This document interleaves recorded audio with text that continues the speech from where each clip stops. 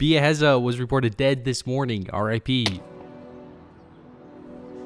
I just forgot my YouTube password. I haven't posted in a couple of months now, making this my biggest break since, I want to say 2018, which is like 4 or 5 years. And now after stepping away, I don't think I'll be going back to my previous style of video, at least for the foreseeable future, which warrants a really interesting topic for discussion. So before I took a little break here, not even really a little break, before I stopped uploading recently, I really got into like the YouTube game, baby. We're talking shock value, challenge, analyzing retention, click-through rate, making 10 different thumbnail variations per video style. Just absolutely squeezing that retention and watch time out of the viewer. And it did fairly well. I'm doing this in the confines of the kind of finance space, which is a little niche. It's not as big of a market as entertainment or gaming or whatnot. So getting around 500K views on new uploads is not bad for, again, being in the confines of the financy, businessy side of YouTube. So even though I kind of unlocked the method and got to enough level of understanding in regards to getting views on YouTube to where I could potentially maybe tap into a more mainstream market, I don't know if I want to go down that route. I love a good Mr. Beast video. I'll watch him in all 10 different language variants. Mr. Beast! But we've seen how the study of Mr. Beast kind of led to a lot of YouTube feeling exactly the same. People are just replicating the same exact retention tactics. And because they're carbon copies of each other, a lot of these videos just feel soulless. Like there's a huge Twitter community around this, down to accounts analyzing the color choices and color palettes of different thumbnails. And this study and style can work. You can get a ton of views from implementing these retention hacks and over analyzing all of this data, but in the process you're not really building community and it just kind of feels empty. I'm sure you could tell I'm a huge YouTube consumer. I absolutely just gobble up all kinds of different content, just machine that takes in calories and spews out YouTube watch time. So I'll oftentimes find myself watching videos where I start noticing these viral retention tactics and it just throws me off. It makes me want to click off the video because I can sense them. What's in this mystery box? Stay around till the end of the video to find out what's in this mystery box. Give me at least 10 minutes of watch time and you'll find out what's in this secret mystery box at the end of the video. You see what I mean? It just feels so inauthentic, like you're getting manipulated into watching the video, like you're just a cash cow getting milked for your watch time. We're like a few steps behind TikTok, where next thing you know, people are gonna start adding Subway Surfer gameplay on the sides of their videos. Maybe toss in some Family Guy clips, those Minecraft, Reddit, TikTok voiceovers, that car game. Where does this end? But my point being, I feel like going for these broader audience, broad market type videos, you slowly become more and more inauthentic, and you go on this dark path of trying to outdo yourself every video until suddenly you find yourself filming in a forest in Tokyo.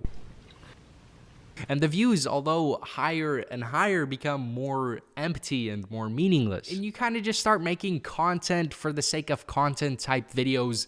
Top 5 chat GTP businesses to start in 2014, regurgitating type of videos. And honestly, that's kind of what I've been experiencing. It's a huge part in the shift in content that I'll likely be making moving forward.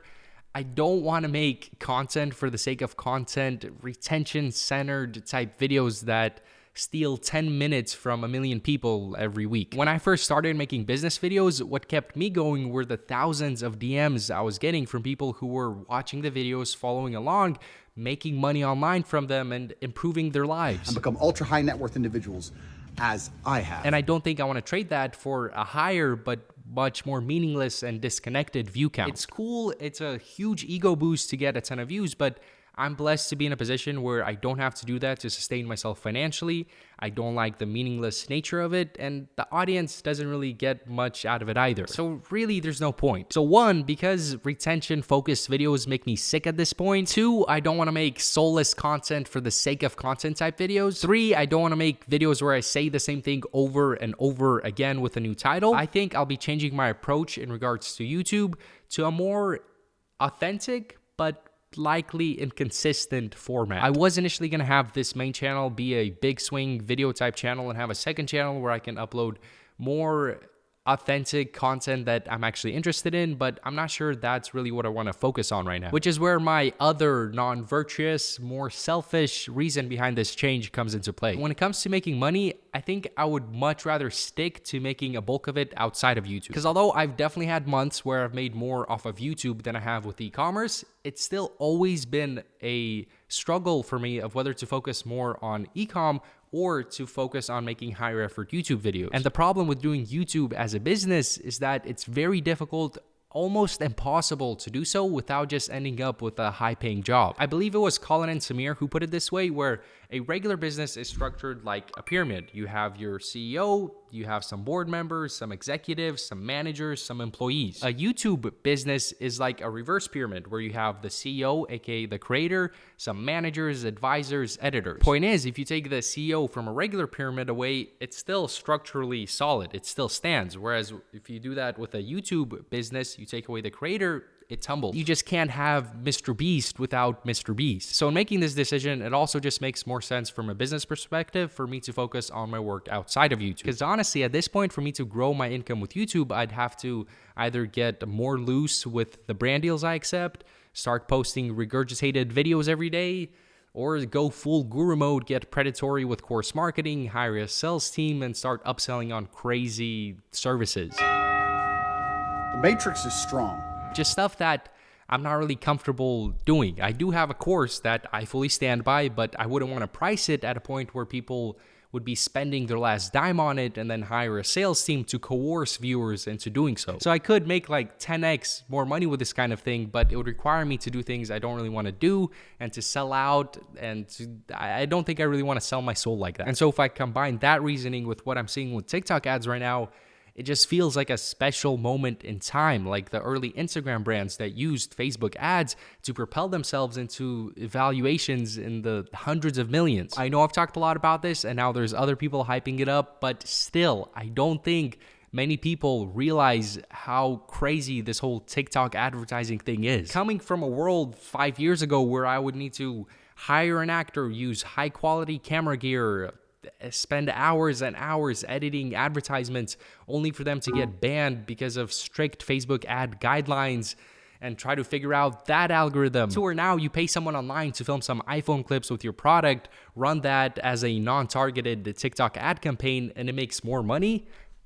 I just personally can't let that slide and instead focus on making top 5 ChatGPT business videos. Like outside of new projects, I've even been just taking old stores that I've ran through with Facebook ads, old products, clapped out, banned Facebook ad accounts, slightly optimizing them, refreshing them to look a little more modern, and through TikTok, they can have a second life. So in my eyes, a couple more years of consistent sales and building up brand equity with e-com brands not only can result in good income, but also some nasty exit potential. Whereas with YouTube, there's not really a light at the end of the tunnel. It's more of a hamster wheel where you work all week or all month on a video, you upload it, boom, quick dopamine spike, and then you're back to square one. You're only really as good as your last upload. So to me, it doesn't really feel like I'm building anything. And it also doesn't come with the freedom and location neutrality that ecom provides me. So I'm just not sure I could fully execute on my ecom schemes while simultaneously working as a full-time content for the sake of content type creator for Susan. Or actually, no, there's a new YouTube series. Working for Neil Mohan. Don't get me wrong, I still love creating on YouTube, but I think moving forward, I want to treat it more as a hobby that stems from a more pure place rather than a place of trying to manipulate people to click on your video and then use retention tactics to keep them watching throughout the whole video and just attempting to get more views. So that's my update and what I've kind of been busy with over the last few months. I appreciate all the kind DMs asking if I've passed away. I have not. Thank you for watching. When will the next video be uploaded? I don't know, but I hope that you enjoyed this one and have an amazing rest of your day. Peace.